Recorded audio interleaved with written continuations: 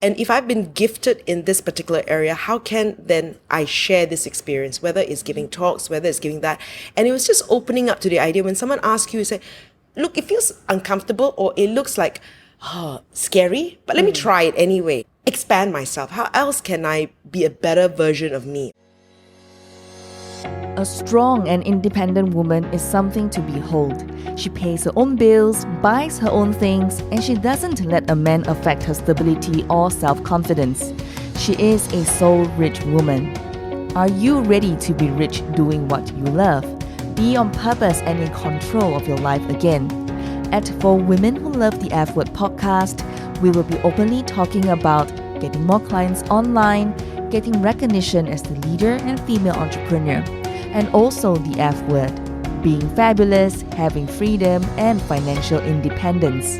It's time to own and love the F word. Welcome to the show.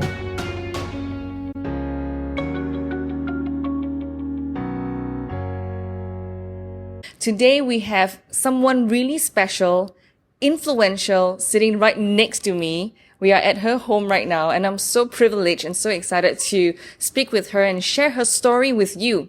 Her name is Frida Liu. Frida, you want to introduce yourself? I'm the other F word. Oh yeah, the fourth one. Where do I begin? Of course. Okay. Currently, I work as a radio producer presenter for BFM, which is a business radio station here in Malaysia. So that's what I'm currently doing. I do other things as well. I've written books. I come from a PR background. Then I worked for IBM for a couple of years. But while I was doing all this part-time, I was a TV and radio newsreader. And then one day a station like BFM turned up. And it was the most interesting thing because I could combine my corporate experience and also my broadcasting experience into one place. So that's roughly.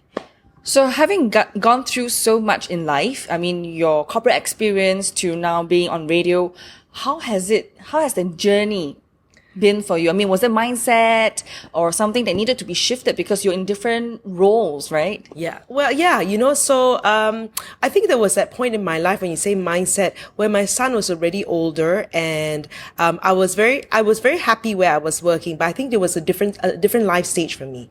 And I wanted to do something else, and it was very intriguing that this station has come about, right? So when I looked at this opportunity, and one thing is, very close to my house as well. Even my previous workplace is also very close to my house. And I thought this is a great opportunity. And if I look back in life, I think I've always been interested in communicating, whether it was taking part in debates and taking part in drama, that sort of thing. So that was probably an interest that intrigued me and how I got on this journey. But I've always loved communication. Right? In its many forms. I realized that as well, but it was also a process of realizing it as you get older in life. As you get older in life, you get more clarity, but you also have to start searching. Is it, what is it that makes you intrinsically happy? Right? And so it was the right timing and all that. What made you become the woman of influence today? Because I've seen your trainings, I've seen you doing workshops and wrote books, and wow, so much impact you're creating. I think it was something that was a down period in my life. And I remembered at that moment that during that down period, I just said to God, I said, I know that I want to come out of this a better person, not a bitter person. Wow. Okay, so that was just a very simple thing. And when I look at my life, how do I become a better person physically? How do I become a better person spiritually? How do I become a better person, a better person of myself, right? And there are many areas to look at if you look into your wheel of life, right? There's friendship and all this sort of thing. So, and if I've been gifted in this particular area, how can then I share this experience, whether it's giving talks, whether it's giving that. And it was just opening up to the idea when someone asks you, say, look, it feels uncomfortable or it looks like scary, but let me try it anyway, right? So it was more that like, how else can I expand myself? How else can I be a better version of me, right? And the journey hasn't stopped, right? The journey hasn't stopped. There's still a lot more learning to do. There's still a lot more growing to do. But what else can I do? And I know that sometimes because I've been in radio, and as much as you say, oh, but it's a private life and that sort of thing, you are placed in a very public platform. Yeah. So you can't fight that.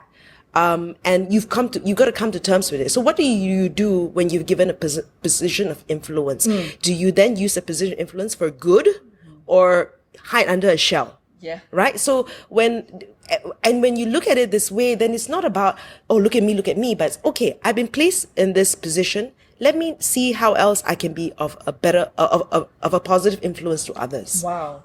Yeah. And so far, have you met with difficulties as you are transforming yourself from one level to the next level, and of course upgrading your power of influence or circle of influence? I mean, there are bound to be obstacles and negativity because as we move to a bigger platform where God uses us to reach out to more people, there are.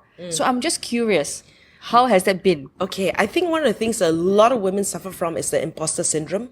Okay. We always feel like we're not good enough. Let me study a little bit more. Let me do a little bit more. Whereas, like, I think if a job was given to a man, right, the man would say, I'll take it and then I'll learn along the way. The woman will always say, let me learn more skills before I think I can fit into the job, right? So there's so the imposter syndrome that women suffer from. So of course there are difficulties, right? But then at the same time, how then can you improve, right? So I mean, we shouldn't hold ourselves back. And so that whole idea of how, when I look back at my life, right, there's a lot of things, and I was thinking, am I really that good? No, seriously, we all have these conversations ahead. Am I really that good? Can I really share and everything? And then I look back and I sit down, wait a minute, Frida, you've done over 5,000 interviews, right? You've put in the work. You've done this for over 20 years. Wow. I think it warrants some merit, right?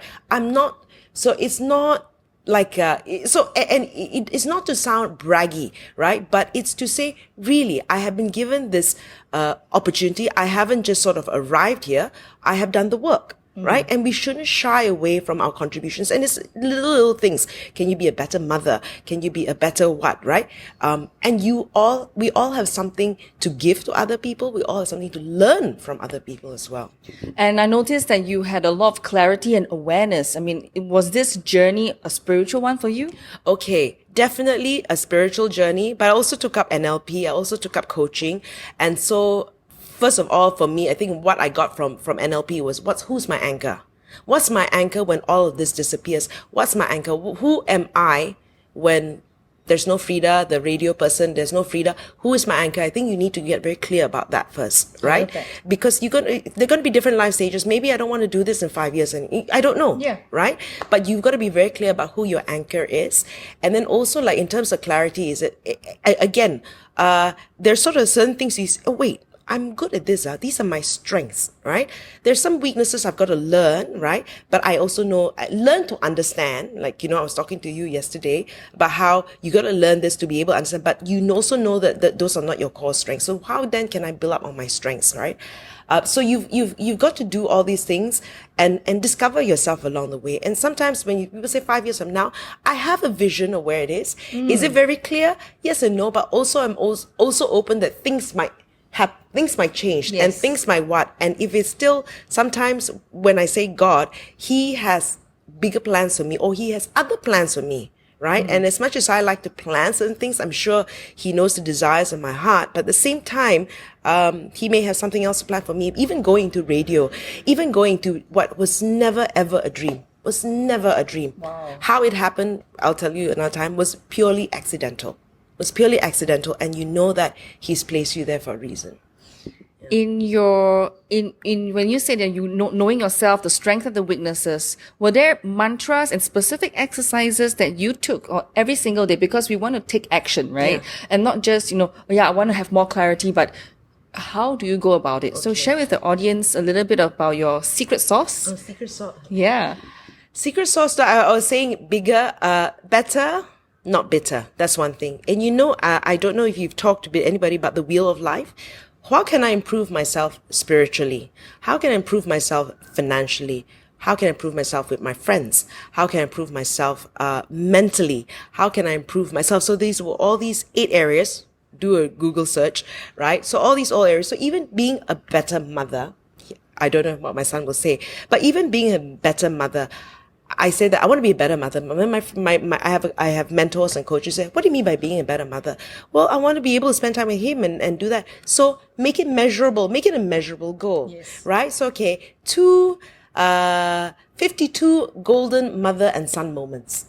So which means that I may see him every day, but at least once a week, we are spending time together. That is very conscious. Otherwise, women always struggle with this. When they're at home, they're thinking about work. When they're work, they're thinking about home. So when there's clarity, then now that he's older, I say 104 mother and golden son moments, because he doesn't want to spend time with me anymore as a teenager. So I'm going to force myself on him, force myself time with him. But these are things that it's these goals, right? Okay, so little things, right? Losing weight. Right? And it wasn't about losing weight. It's like, how can I be healthier? Right? So like just recently, like I went on a fitness program. I went on a fitness program. I said, don't look at weight. What I want to remove, I want to reduce my visceral fat. Right? And then what do you need to do to reduce your visceral fat? Right? Is it exercise? Is it watching what you eat and everything? But you measure these goals, right? So these are the little things that you can focus on. And there are some things that probably take more priority. Like a couple of years ago when my son was younger, my priority was my family. I was working from home, very happy just staying at home, and that was it. But the priorities changed. But I did have goals in different areas, but just that the focus, the more important goals were with my son. The reason why you need to have goals in all the different areas is, imagine if you don't have goals for family and you're very successful in your career, and then after you look back, where's my family? Because you never spent time setting any goals in your family area. So all these little things will make your life a little bit more complete. Wow, I absolutely love that. And how do you manage your time? Okay. I see that your time is, you're such a busy schedule, how do you do that?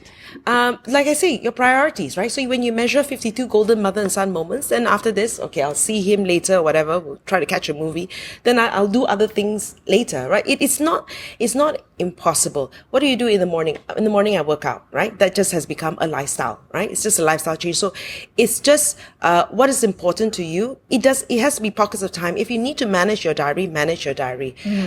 Again, so when there is clarity, you don't feel like, oh, I'm here, I'm worried about my son. When my son, I'm worried about this. Like, for example, how I make sure that my time with him is qualitative. I don't cook, right? I outsource cooking because I don't want to spend the weekend grocery shopping. I don't think how that's quality time in any way. So I rather he comes back. I don't pick him up from school or send him to school. I get somebody to send him back, right? Because when I pick him from school before, he used to be sleeping in the car. So we're together, but it's not exactly quality time. So when he comes back, he's already been asleep in the car. He comes back, he sees mama, he's fresh, right? So how then what's the best use of your time? The opportunity cost of your time. I don't do housework. I don't clean, right? I outsource it.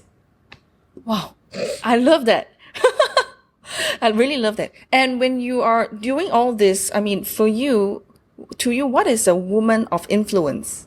Okay, a woman of influence is everywhere and anywhere you are placed, right? Whether you're a mother, how are you a positive influence to your child? Whether you're in the workplace, are you a positive influence to your colleagues, right? So we are placed in a position of influence wherever we are. There is no big or no small role.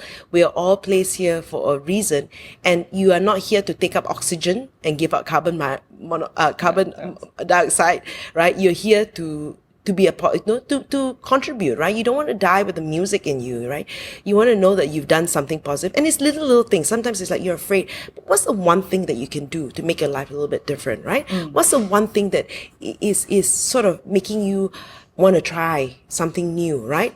Give it a shot, I mean, like I've done, with things that I don't feel comfortable with. I've taken up, little dancing classes. Okay, not for me, but I've tried it, right? So there are things that you want to do. You want to take up dancing. You want to do that, right? You just get the courage a little bit by little bit, right? And that's how you start. Do you agree that Asian women are a little bit more submissive, a bit more, not really opinionated to a certain extent? Opinionated would be the correct word. Okay. It's more like, they're more reserved, I would say. Okay. So Asian women, I think with Asian women, again, there is different in different countries of Asia, right? So you can't specify. I think like women in certain parts of in China or whatever, they're actually quite open, and yeah, there's my mom-in-law in the back. So there are different kinds of people, but I wouldn't say all. I wouldn't want to generalize. I wouldn't want to put Asian there, but I think there is a little bit of our education system, right? It's our education system where we're just taught to listen and all that. So that has probably been the result of our education system, right? And culturally, of course, right? Certain cultures are a little bit more that way. Certain cultures aren't. So, because I've seen women from China, they're out there doing their thing. So they're not your typical, image of what a Chinese woman is, right? So, yeah. So for you, when you are going through your life journey, what is the biggest aha moment ever that has happened to you? Like that you realize that this is the transformation that you have had, you've never thought about having. I'm still transforming, but the biggest aha moment. I think really at the end of the day, we are bigger than we think. We are more capable than we think we can be, right? And you just be the best you. I mean, seriously, doing what I've done, it's not about like a fame or glory, whatever, but just like let me try. I think if there was aha moments, let me try this. If it doesn't work, at least I've tried. At least I know, right? Because you don't want to, people, you hear too many of these stories where on their deathbed, I wish I did. You know what I mean? So just do little things that aren't harmful to the environment or the people around you. But I think the aha moment for me is give it a shot. Why am I living under a shell, right? I think that was more an aha moment. I don't know when was that discovery. I think it was maybe after joining the station and all that, like it was learning and talking to people all day. Like, really, can I try it? And I think meeting a lot of people that I've interviewed, right, probably gave me some of that courage as well. Yeah. What was the biggest struggle then? I mean, amidst all this life journey they've gone through. The most difficult life struggle was actually the end of my marriage. That was very difficult. That was, I think, the lowest pit in my life. And it was like I said, at that point, what was it that was going through my mind, and you just don't, and I look back and think that if I haven't gone through the valley, then I wouldn't appreciate the mountain view. Right? You have to, because life was coasting, right? And you don't bother, or you don't have to rock the boat, right? But when everything has been pulled under your feet, then you're like, hey, what the heck? Let me try something new. Let me try to, work on me, right? Work on me and improve me. I think that was, it had to take something like that maybe to wake you up. So how do you get out of this struggle? I mean, this moment. First, like I said, spiritually. Second, I started, spiritual, get your mind right. Second thing was physical, was just getting into exercising and all that, making a part and parcel of life, setting small goals. I finished my full marathon about 2 years ago. And I was like, and when, just little things like that, like, wow, I didn't think I could do it. And sometimes just like running the first 5K, the second 10K, wow, my body can do this. There's something about how, having finished 42.195 kilometers, like, I think I can do anything, So if you're just putting yourself, setting these little big, hairy, audacious goals, right? Just nail a bit more and see what you can do. Do you have a supportive community when you were going through your journey? Yes. It really is important to have a supportive community. For me, it was spiritually. It was with my members in church. They were there for me. I've always had good friends. I'm very blessed to have very good friends. And that was also because I've invested time in friendships, right? Yeah, invested time in friendships, so that when it all crumbles, there's God, yes, but there's also the spiritual friends, and there's also friends, and there's lots of books, there's exercise. So there are things that you can do to get out of that. And it's because invest, everything that you do in all these 8 areas, the wheel of life, you have to invest time in it. So like I say, you don't want to work so hard, look back, hey, where are my friends? Where's my family? Right? Because we are going to go through life. I noticed that talking about books, you have written quite a fair bit of books. 4 books? 4 books? So the first book was PR Yourself. This So book, show us. show a bit. Yeah. Okay. So this book was actually written because it wasn't when I know the title is a bit tricky. What red lipstick and PR Yourself, red lipstick and amazing shoes.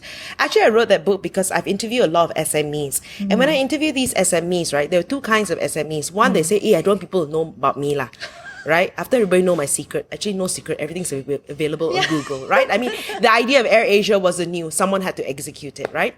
So that was one. Then the other thing is like sometimes some Asian companies don't want to talk, don't want to be seen as boasting, so they don't. So it's like, excuse me, sometimes we got great stories in Malaysia, or I correct from a Malaysian perspective, and we're not sharing it to the world. And that was the reason I wrote the book, having him in PR. And then sometimes, I hear you one time, and then you don't know how to develop a plan, and then you disappear, right? So that was the reason I wrote the book. It wasn't about PR yourself, but it was about PR for the company from an SME perspective. The second book I wrote with Chris Tan is called Shake and Spear Your Business. We are from two different schools of thought. He's a lawyer, he gave things from a very hard male perspective, and then Juliet, gave the softer side of things. So we got together to write this book because I wanted to go into a business, and I knew the business idea was wrong, but I wanted to sit down with him, and he says, Frida, this. It's like, I knew those things, but so the reason, and it's just like love, right? All the logical reasons why it's wrong, but then you still go for it, So we wrote that book. The third book was a biography on this guy called Raymond Chew. He brought the point of sales advertising into Malaysia. So he had died. So I wrote the co-authored the book with the two daughters in line with their 30th anniversary. And the fourth book that's coming up is about female entrepreneurs. Wow. Okay, female entrepreneurs, women who have broken the million ringgit mark. Because a lot of, and million ringgit, and the reason why million ringgit is, just like we always say, what will you do with $1 million, right? That kind of thing. So apparently 20% of businesses in Malaysia are owned by SMEs, okay? And so from 20%, only 10% contribute to GST. So in the National Association of Women Entrepreneurs Malaysia, only 10% of these women contribute to GST, which means their revenues are only 500,000 ringgit and above, which begs the question, what is the 90% not doing? Right? Wow. So I talked to these women, 15 women who have broken over the million ringgit mark, and what did they do? What was their mindset in change? So a lesson learned from each of these women. So the book will be out in a couple of months. Let's see when. Wow, I love that. I will get my hands on that copy and then give it to the community. How do you do life? How do I do life? As I was saying, the question is, when you're on your deathbed, do you look back and say, I've experienced life, right? You in all aspects of your life, is it lived fully? Do I experience that the world God has given me? That kind of experiences that He's placed there. Are you living to your fullest potential? And whether you are or you're not, right? And you're like, okay, let me look at all these different things. Am I living it fully? So yeah. Yeah, it's okay. I'm just curious, what is your mantra? Do you have one? Better, not bitter. Always. It's easy to get bitter in this world that we live in, is. right? So you can't. There are things that are areas beyond control and areas within control. That famous learning. What's happening in the world? Right? We really can't control what's happening in the world. We can pray about it. We can do these things about it. But at the same time, what then can I do to change? If you don't like some things in politics, if you don't like something there, what can you do about it? Can you take part in politics and make that change, right? So how do I then make a difference, right? Because it's easy to complain, right? But what then can you do personally? If you feel so strongly about something, right? Do something about it. Do you have something that you really feel very strongly about? I do. I still haven't. Okay, I feel very strongly about social enterprises. Wow, I love that. Okay, I feel very strongly. I've met with a few social enterprises. I love being able to do business, and someone made this comment: purpose with profit, as opposed to profit with purpose, which is what most organizations do, right? So if you're able to come up with a business idea like that, I haven't thought of anything like that. And what I feel very strongly about is how actually women need to be financially independent. Oh, I love that. That's in line with my show. Yeah, really, it's about that. When you cannot, a man or a husband is not your passive income, right? And when everything is taken from you, I always feel that sometimes a lot of women are afraid. For example, they've taken time off and they're afraid to go back to work, not because they've lost the skills, but they've lost the confidence, right? And so I always encourage, like, just do something on the side. Maybe it's not going to give you that much money yet, but don't lose touch of your skills. Don't lose touch of what's happening in the working world, right? That's what I feel very strongly about. I don't know how it's put together and all that, but I always have your financial independence. And when I talk to women as well, I say simple things: get insurance. You know, I mean, these are things that you have to look at. You have to get insurance because in Malaysia, especially, if you fall ill, it's a lot of money, right? And you don't want to think about these things when it's too late. You want to think about things when you don't have to think about it yet, right? So simple things, get all these fundamentals right, and then later on you can have greater peace of mind. You know, I love and agree what you say, because Soul Rich Women also, we want to empower women to be financially independent. So today we had an interview with another magazine, and I shared with the reporter that the vision of women is that we don't depend on husbands for passive income, but we still don't want to be that too overly independent. We still want to maintain that support. Right. We support our husbands still. I mean, if there is that relationship, right? So I thought that was pretty interesting. To you, what is financial independence? The ability to earn your own money, that's one thing. But also at the same time, what you really need to look at is, like I said, look at different sources of income. Get your insurance right. Whether it's look at properties, look at properties, look at network marketing, look at whatever it is, starting your own business, or it's another source of income, right? And making sure that getting your house, getting all these things right. These things matter. And sometimes you have to be a bit more, forget the shoes, forget the clothes, forget all these things first, but get all the other fundamentals right. I think it was only later in life that I look at clothes and things like that. It wasn't a priority for me in my earlier days. So you got to maybe skimp a bit, right? Especially in your 20s and all that, because I always have the tough life first and then try to have an easy life later. I think there's a Chinese saying around that as well, right? Yeah, correct. 先苦后甜. That. Okay, I'm just a little bit more curious before we wrap the show. It's that you wrote in your book, the first book, PR Yourself. In fact, on Soul Rich Women, we share with women how to put themselves out there to become more visible, to put their personal brand out there so that they can get more leads, get more customers, and of course, eventually be more credible. So could you share with our audience some tips and advice? Okay. When I look at that, I think, first of all, are you solving a problem? Okay. What problem are you trying to solve? First of all, if you want to build yourself, and then what can you offer? And then there you are in that fitting into that slice there.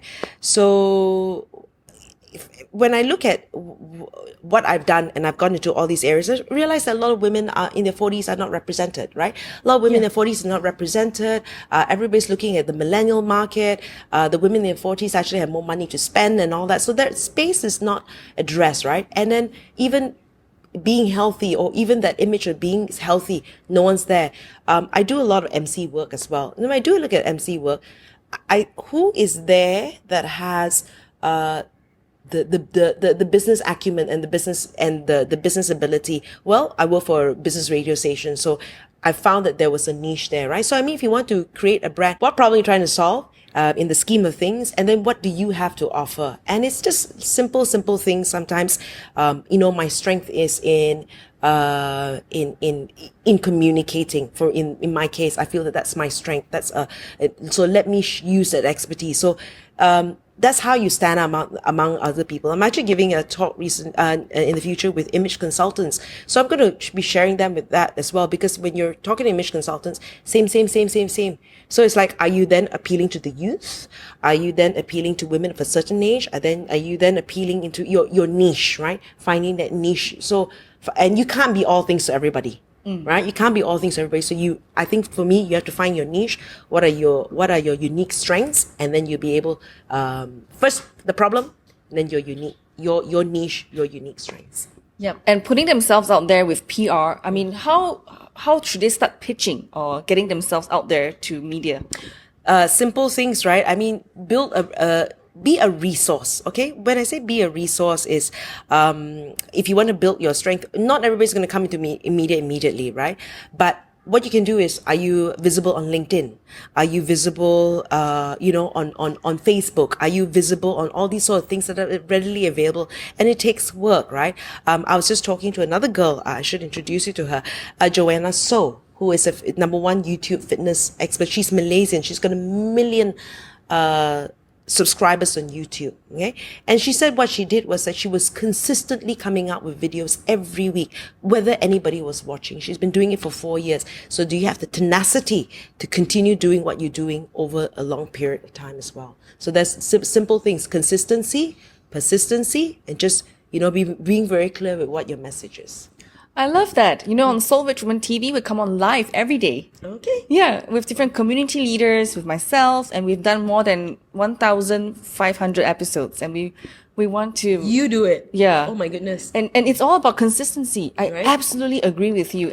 But consistency is so hard. Yes, it is very hard. I mean, there are certain things that I'm just saying, Frida, I should get my act together and all that. But I guess it is, as I was saying, I've been doing radio and TV for over 20 years, right? The fact that I've been still at this for 20 over years says a lot. So can you tahan or not? Can you take it? Wow. Right? Wow, I love this. And evolve, I guess, with the times as well, Okay, so what advice would you give to our women in the community who's watching this video right now? That they're trying to step out of their comfort zone to pursue on their journey, whether is it spiritual, is it their next breakthrough? What advice would you give them? Just try it out. I mean, I think I'm sure you have goals and dreams and all that. Be very clear. And then if it's just one area of your life, right? One area of life will give you the courage to then expand into other areas of your life. But just try that one thing, that you are interested in doing, and just give it a shot and see if that works for you. Would that be courage? Oh, have the courage, man. Have the courage. What's there to lose, right? I mean, even if you talk to anybody and they say no, you won't die. So just have the courage to try, take one step at a time, and tomorrow's another day, and just keep on trying. Wow. Thank you very much, Frida. I really appreciate your time. And thank you for watching the show. All the show notes are available at soulrichwoman.com. My name is Janisha Alora, signing off. Thank you so much for joining me today. I'm so honored that we are connected, and I hope that I can continue to serve you as you build your dreams. And if you love this episode, and I hope that you did, rate it 5 stars. Give us that glowing review because it will help more women around the world finding the Soul Rich Woman podcast. Alone you are strong, together we are unstoppable. Now share this with every woman who needs it, because this is how we are changing the world, one woman at a time. As always, get out of your comfort zone and go towards the dreams you've always wanted to achieve. For women who love the F word, being fabulous, having freedom, and financial independence. My dear soul rich woman, sending you my love, and I'll speak to you soon. Bye for now.